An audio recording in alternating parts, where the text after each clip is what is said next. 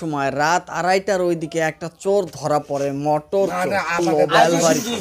Machine চোর চুরি করে নিয়ে এসে গ্রামের একজনের কাছ থেকে বেচতে চাইলো। যখন সে জিজ্ঞাসা করলো মোটরটা কোথায় থেকে আনলে, চোর বলে যে মোটরটা আমরা চুরি করে এনেছি। এবং যখন চুরি করে আনার কথা বলেছে তখনই সেই মানুষটা তাকে ধরে ফেলেছে। এবং চোরকে ধরে ফেলার পর বিভিন্ন ধরনের জিজ্ঞাসা করার পর চোর নিজেই বলে, হ্যাঁ আমি ওইখান থেকে চোর করেছি। চোর বলে আমি ড্রাগস খাই, আরও কে কে আছে, আমি নেশা করি, এবং সেই ধরনের কথাগুলো চোর নিজে বলেছে। আপনারা দেখতে পাচ্ছেন ভিডিওতে দেখলেই বুঝবেন যে চোর এইভাবে যে দিনে দিনে বাড়ছে, এটা কিন্তু আসলে সমাজের ক্ষতি হচ্ছে। এটা সমাজেতে যদি এইভাবে চোরকে এমনি যদি ছেড়ে দেওয়া হয় তাহলে কিন্তু চোর সমাজে কিন্তু বেড়ে যাবে।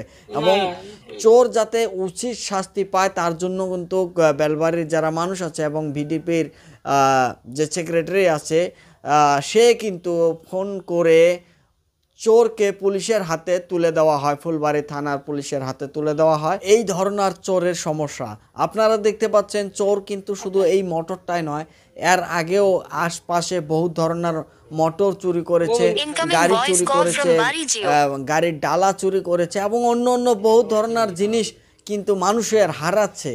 তো এই যে মানুষের জিনিসগুলো হারাচ্ছে আর তারা পাচ্ছে না, যে সাধারণ যে ছুটকি যে চোরগুলো আছে সে চোরগুলো কিন্তু এইভাবে জিনিস চোর করছে।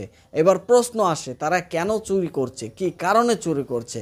তাদের কি ঘরে খাবার নেই, বা তারা নেশার জন্য কি চুরি করছে যে তাদেরকে ড্রাগস নিতে হয়, বা তারা নেশার যে জিনিস আছে সেই জিনিস কিনতে গেলে টাকা লাগে সেই জন্য তারা চুরি করছে? তো এই ধরনের কিন্তু একগুলো প্রশ্ন আসে, কারণ চোরের সংখ্যা কিন্তু দিনে দিনে বেড়ে যাচ্ছে। চিবিনাঙ্গে একদিন পর 2 দিন 2টা বাইক হারালো, এবং আরও অন্য জায়গায় শুধু বাইক হারাচ্ছে, মোটর মেশিন হারাচ্ছে, বিভিন্ন ধরনের জিনিস হারাচ্ছে।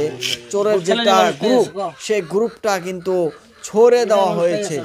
চোর যেখানেই সময় পাবে, যে সময় চোর দেখবে যে এইখানে চোর করা বুদ্ধি আছে সেইখানেই কিন্তু চোর চুরি করে নিয়ে চলে যায়।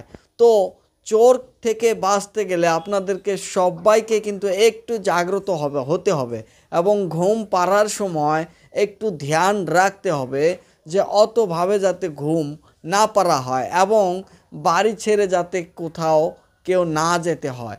এবং চোর কিন্তু একটা জিনিস বাড়ি চোর করার আগে 1 দিন বা 2 দিন আগে থেকে টার্ম করে থাকে, এবং সেই মানুষগুলোকে কিন্তু আপনাদেরকে বুঝে নিতে হবে যে আসলে এর উদ্দেশ্য কি, সেই মানুষটা কি কারণে ওই জায়গায় গেল বা কিভাবে ইনফরমেশনটা পালো। চোর কিন্তু 2-3 দিন আগে থেকেই প্ল্যান করে থাকে। তো সেই প্ল্যান যাতে করতে না পারে তারা, এবং প্ল্যান করতেও যাতে ধরা পড়ে, এই ধরনের জাগ্রত হতে হবে সমাজের সবাইকে, তবেই কিন্তু চোর ধরা পড়বে এবং চোর সমাজ থেকে কমানো যাবে। তো বন্ধুরা, আপনারা দেখতে পাচ্ছেন জ্যাঠাই মিডিয়া নেটওয়ার্ক। খবরটা ভালো লাগলে খবরটা নিশ্চয় শেয়ার করবেন। থ্যাংক ইউ, খুদা হাফেজ। নাই কোনো মানুষ নাই, কোনো মানুষ নাই।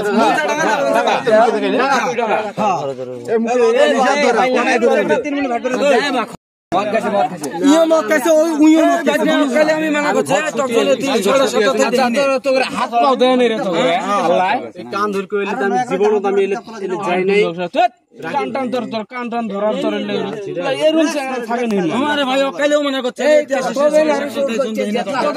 মানুষের যে ওরে নিয়ে আসছ না এটা কি এড়া দুটো জিনিস আমি স্কুল রোড ছুটি আছি ওর থেকে আমাকে